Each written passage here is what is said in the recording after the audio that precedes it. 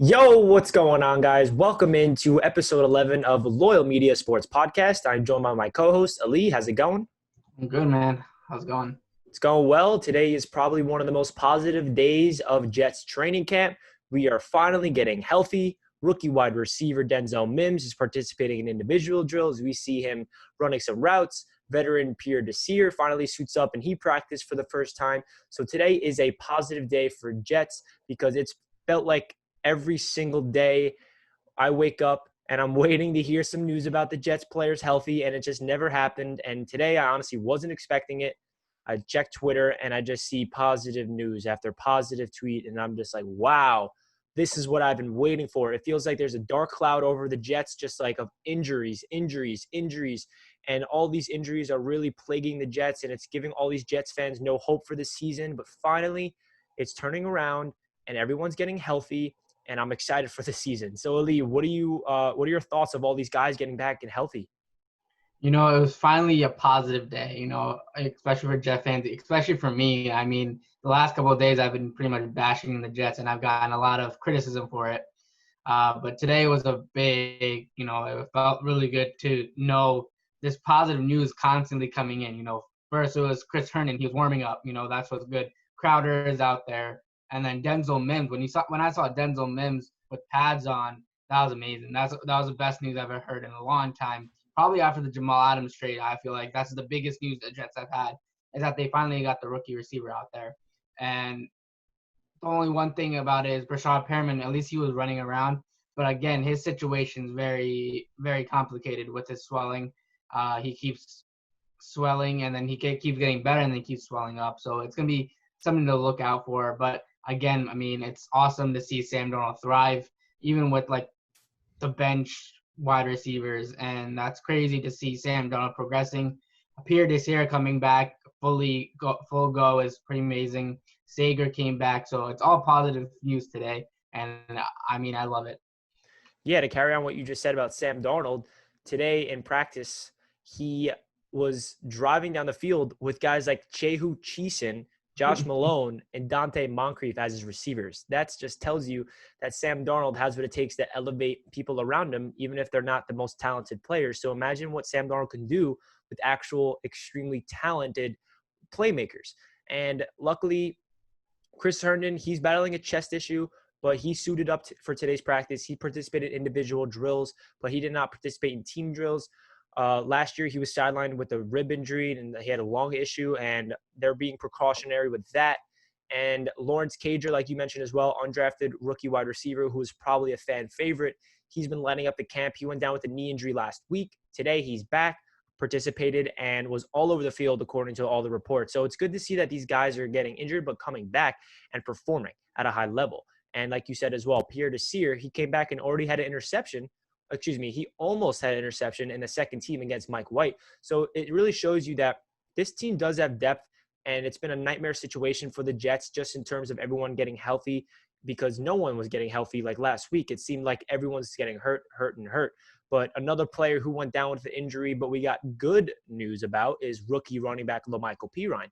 He's been having an excellent camp, multiple long touchdown runs. He's been showing a next level burst that you don't really see in his 40 time. And he looked like a guy that's going to be providing good depth. And he went down with an ankle injury, and there was some concerns that he was going to be out for a long time.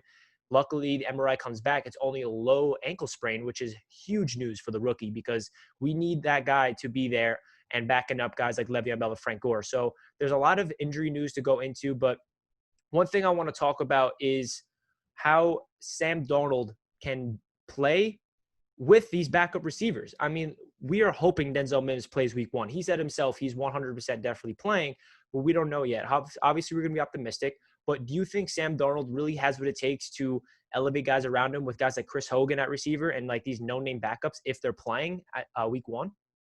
I mean, hopefully we'll have our start. I feel like the Jets are just taking it very safe now. I feel like especially with Chris Herndon, I think they're just trying to get to week one with these guys. I don't think they're going to take it slow, especially with Marcus May. If you look at Marcus May, I feel like they're just taking him out so he doesn't get hurt, right? So because he's the starting safety, and we need him badly for the season against Buffalo. So I think the Jets are just taking precautionary, especially with Chris Herndon, who's been injury prone. But again, Sam Darnold has been killing it. I mean, it would be awesome to have Chris Herndon out there and Denzel Mims and Brashad Perriman, all of them out there. But I think he could work okay with the other receivers, but he won't beat the Buffalo Bills with those receivers. He will not beat the Buffalo Bills. He needs at least one of his guys. He needs Denzel Mims or Brashad Perriman to come in and, play lights out. I think Hogan has been killing it since he got back. I feel like everyone went down especially when Hogan came and he took first team reps. He wasn't supposed to take first team reps at all. And he just came at the right time with all these injuries happening. And he has been killing it so far. So Hogan is a good guy that could step in. I was very low on Hogan. I didn't think he was going to do much, but he could be a very good factor for the Jets, especially with them dealing with these injuries. But again, with Sam Darnold, I don't think he will win games with Malone as his wide receiver. But I think if the way he's driving down the field with these guys against the first team defense is saying something about Sam Darnold. I mean, Sam Darnold was never the problem, man. Sam Darnold is the best quarterback we've had since Chad Pennington, and there's no doubt about that. And talent-wise, he's amazing. But they just need guys around him to make this work, and they do have the guys. I feel like they do have the guys, but the injuries have been killing, and that's why this team looks so bad right now. And then with these guys today coming back, you saw the beat reporters were like, "Oh, this is watchable football now. This is a team that can actually compete because they got all the guys back." So I think the one thing that they just need for a week, please stay healthy. That's all they need to do, and then the rest is we'll see how it goes. But they need to be a full team against the Buffalo Bills, which is a very, very hard team to beat. Yeah, I agree. And there's one position I want to talk about who's been healthy for the most part. One guy went down today actually on that position group, but it's the offensive line. And if I can choose one position on this Jets team to get no injuries, it's definitely the offensive line. So I'm happy to see that. Alex Lewis did not practice today with a shoulder issue. They're hoping that it's nothing long-term and it's just, he's a little bruised shoulder and he'll be ready.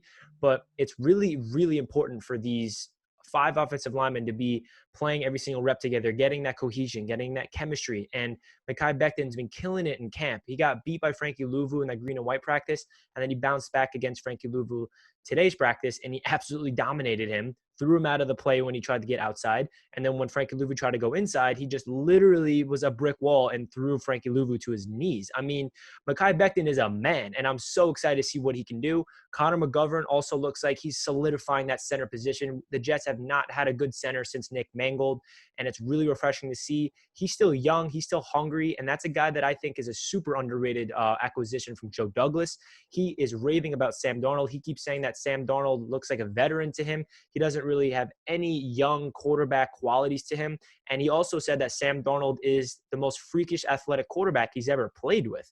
And that really shows you Sam Darnold's athleticism is slept on, and we know Sam Darnold's the best at getting outside the pocket and throwing on the run. But will Adam Gase get Sam Darnold the ball, use his legs more, be more mobile, like running plays and all that type of stuff? We don't know. So hearing a guy like Connor McGovern, who's been around a lot of quarterbacks in his career, to just consistently say these high things about Sam Darnold, it really tells you a lot. And also, the running attack has been really good behind this offensive line, according to the reporters in camp. Frank Gore and Le'Veon Bell both broke out long rushing yards today's camp on the left side. And who was on that left side? Mekhi Becton. So it's really refreshing to hear all these positive things about Mekhi Becton, how he's developing and he's getting better.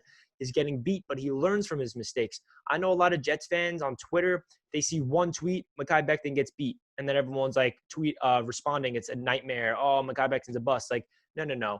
Mekhi Becton needs to get beat because he needs to learn from his mistakes. This is the time to make the mistakes that he can learn from. And just a warning for any Jets fans watching or listening to this, Mekhi Becton is a rookie left tackle. He's going to get beat. He's going to get obliterated at some place. Like, it's going to happen. The left tackle is one of the most hardest positions to play in the NFL. And he's not going to dominate every single snap, but he's going to learn from his mistakes and continue to get better and better. George Fant also on that right tackle's position has been looking solid as well. So I'm just so excited to see these guys suit up and play. It's like, 10 or 9 days until Jets Bills. And I just love to see Joe Douglas's offensive line. Like, this is his first time getting his hands on this team.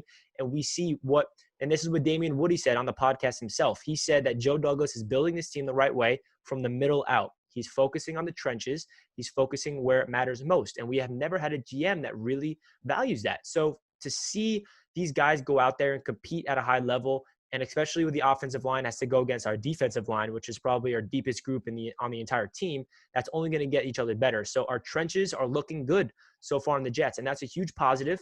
And they have not been banged up. I'll knock on wood. Hopefully that remains the case. But besides Alex Lewis, Greg Van Roten had an oblique issue, but he's already back in practice. So it's really refreshing to see that this offensive line is getting more continuity. They're dominating some plays, and they're just getting that cohesion. And that's going to make or break Sam Darnold and this offense. And Adam Gase's play calling. I mean, if the offensive line cannot block and they cannot create holes and they don't protect Sam, it's going to turn this offense upside down, and they're not going to do anything. It all starts up front, and it's a really good sign that this offensive line is getting chemistry, and we have a guy like Connor McGovern in the middle and a rookie left tackle, and I'm really excited for this offensive line. I really am, and hopefully they can just shock a lot of people because they are the biggest X factor when it comes to this offense. And going on to the secondary, I want to hear your thoughts on this one player because he's been killing it in camp ever since he's been able to take first-team reps, and that's rookie Ashtyn Davis. He already has 2 interceptions in camp, so what are your expectations of Ashtyn Davis? I mean, I don't think we're going to miss Jamal Adams as much anymore with Marcus May and Ashtyn Davis back there. I feel like Ashtyn Davis is going to be a top safety in a couple of years. I mean, this guy is everywhere. I mean, he's making plays. And Adam Gase, actually, in his press conference today, he complimented him like crazy. I forgot his nickname that he gave him. But Electric Bunny. Yeah. And, I mean, it's crazy. It's crazy to see that, we got a safety in the draft before the Jamal Adams saga started, and we got guys that are stepping up at safety. And Ashtyn Davis I feel like he's been everywhere on the field. Obviously, we're not there to see it in camp, but from what the reporters are saying, and I actually talked to Connor Hughes the other day, and he was like, he's all over the place, man. He's making plays everywhere, and it's just amazing to see. It's refreshing to see some talent that's not named Jamal Adams on this team. And I think this squad is very underrated. I feel like this defense is getting completely shit on. I mean, it's completely getting disrespected. I feel like they forgot that, last year we did not have C.J. Mosley either, and we were still a good defense. Jamal Adams is gone, but the other safeties are making plays in practice.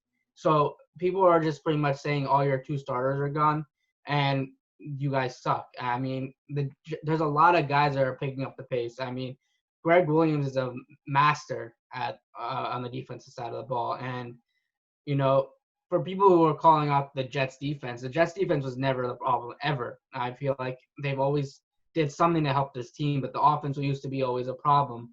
But the defense is never the problem. And I just don't understand why people think that the Jets defense is going to be so bad. I think we'll keep Josh Allen in check if we stay healthy right now.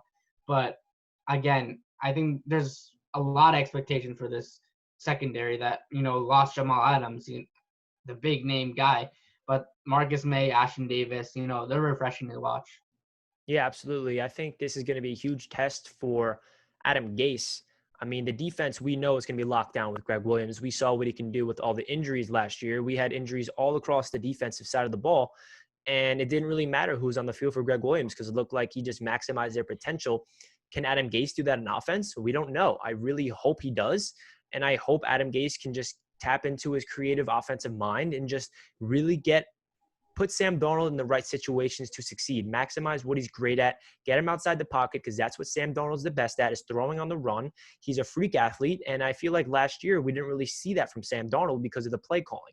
So I want to see more bootlegs. I want to see Le'Veon Bell line up on the receiver. That's another thing we should talk about. In that green and white scrimmage, we saw a video of Le'Veon Bell lining up as a receiver with Frank Gore lining up as a halfback, and he was blocking for Sam.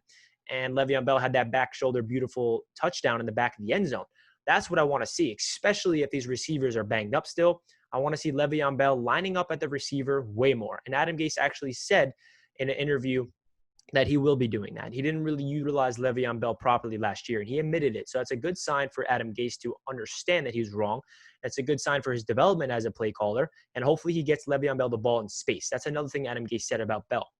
He feels like we never really got Le'Veon Bell the ball in space. So what he means by that is we would give Le'Veon Bell the ball, and all he has to do is dance around these defensive linemen because there's no holes, and he just gets tackled behind the line of scrimmage. They need to get Le'Veon Bell the ball in the second level. That's where Le'Veon Bell is excellent, great, generational talent. He makes secondary guys miss with ease, whether it's juking them out or even just maintaining his balance and breaking tackles. It's hard for Le'Veon Bell to break free of these defensive linemen because they're just so big and they wrap him up, especially because he's so light. So it's a really big question, Adam Gase. How are you going to give Le'Veon Bell space? You're going to line up in the slot and give him the ball 5 yards down the field, and that means he gets the ball within 5 yards, and all he has to do is beat two corners and a safety, and he's gone. You know what I mean? That's where Le'Veon Bell excels, and it really starts with the play calling and the offensive line. So this offense really has a chance to take that next step, and it really comes down to two things, whether it's health and Adam Gase. I mean, I don't really want – there's a lot of things about Adam Gase last year that he did well, and he did not have a lot to work with. You know, his quarterback had mono and all these factors, blah, blah, blah. But still, I want to see Adam Gase take that next step and develop as a play caller, even if there's injuries. The great head coaches in the NFL can deal with adversity, and there's no excuses. Look at Greg Williams. He's our defensive coordinator, and I just mentioned we had so many injuries across the defense. He never complained. He had these practice squad guys playing middle linebacker, and they were a top 3 rushing defense in the entire NFL. That just shows you that's an excellent coach. So Adam Gase has a lot to prove, and I'm hoping he can prove a lot of Jets fans wrong by the end. So by the end of the season, all Jets fans can agree, yeah, Adam Gase is our guy. I want Adam Gase back. Right now, I don't really believe in that, but deep down, I hope he does that. You know what I mean? As a Jets fan, we do not want to see another coaching change. That's just going to be terrible for Sam Darnold's growth. So only thing that Jets fans can hope for is that this offense take that next step. Sam Darnold proves he's a franchise quarterback, and we have a top 15 at least offense, because this is an offensive NFL league now, and you're not going to win NFL games. You're not going to the playoffs without at least decent offense. It doesn't matter how dominant your defense is. If you don't have at least a top 15 offense, you're not doing anything in this league. So that really comes down to the offense. So yeah, that's really all I got to say about that.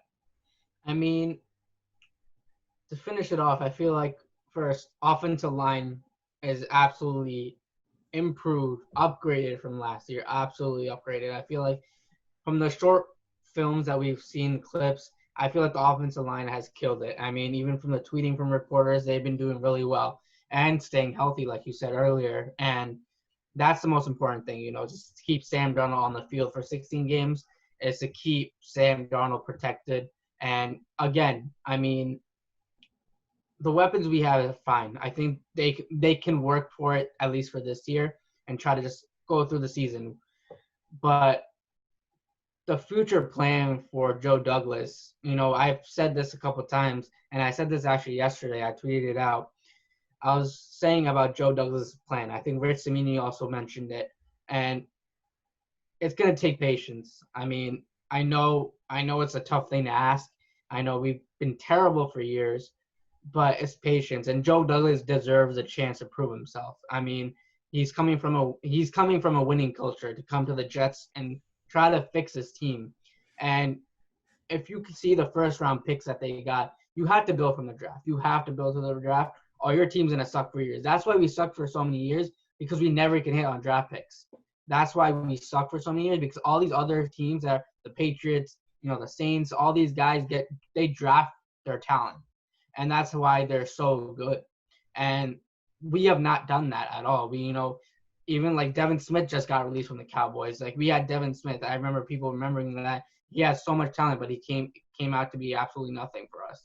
So, like, these type of picks can't happen anymore for the Jets. I think, especially with the two first-round picks that we have for the next 2 years, we have to hit on those. They have to be good, because those guys can be impact on day one.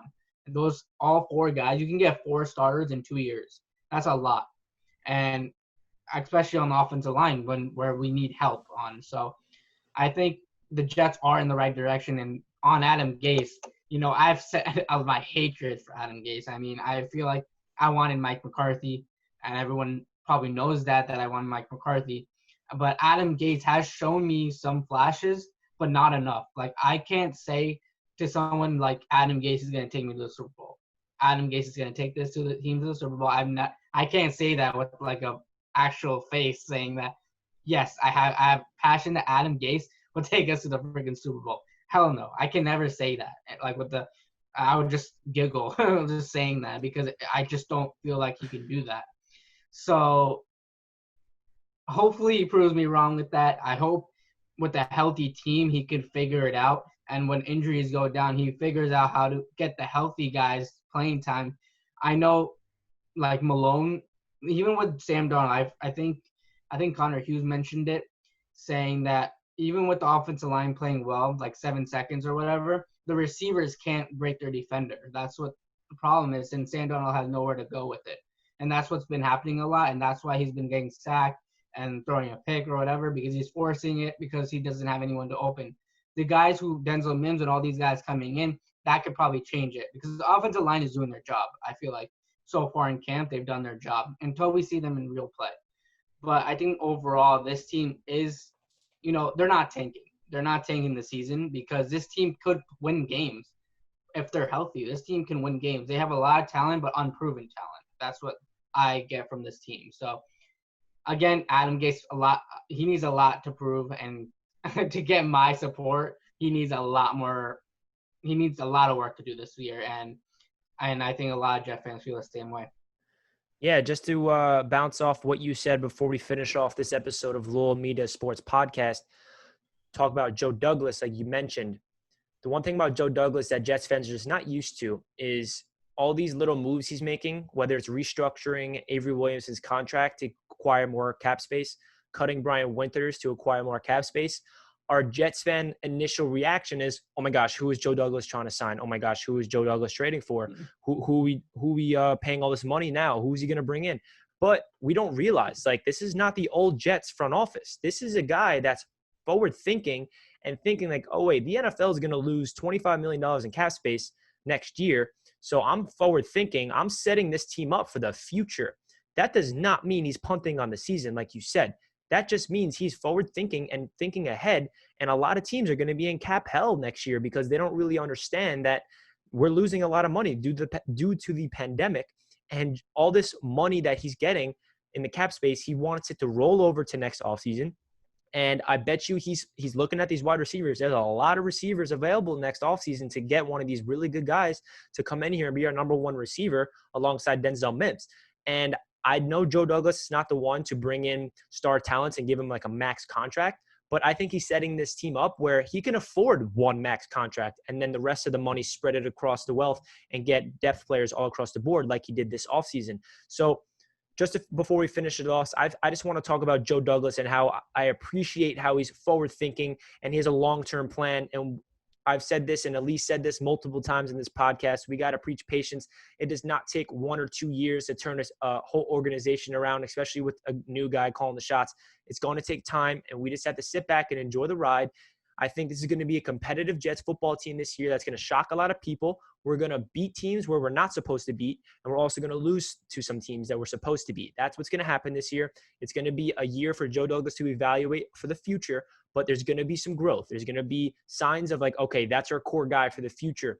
Denzel Mims is going to be our future wide receiver. Hopefully Mekhi Becton is our future left tackle. And then we got Ashton Davis. 3 guys I just mentioned are Joe Douglas's draft picks. So, and even LaMichael Pirine, I feel like is the future running back of this team. There's a lot of players that Joe Douglas drafted that has a potential to be a core guys for this team. So yeah, I just want to talk about that, about Joe Douglas before we end this. Stay tuned for more episodes on this channel. We are excited to bring you guys content throughout the season, bringing you guys our previews to every game and then our reaction to every game every Monday morning. So stay tuned on Loyal Media Sports Podcast, whether you're watching us on YouTube right now or you're listening to us in your car on Apple and Spotify. We appreciate all the support, and we have a lot of things in store for Loyal Media Sports Podcast. So make sure you stay tuned for more episodes. We appreciate all your support. Ellie, you want to say something before we end off this video? Again, guys, next week, football is back next week. Less than a week now, almost a week now. And Thursday Night Football, we're going to be back to football. It's going to be football back. I can't wait, man. It's going to be fun to see this team back, even though like I have no high hopes. But it's gonna be fun to watch some football, man. It's gonna be fun to see if how this team progresses. There's a lot of new pieces, so and there was no training camp for us to see this year, so it makes me even more excited to see football again. So we're almost there, guys. We're almost there. Absolutely. Almost there. Football's almost back. Thank you guys for tuning in. We'll catch you guys next week. Peace. Peace.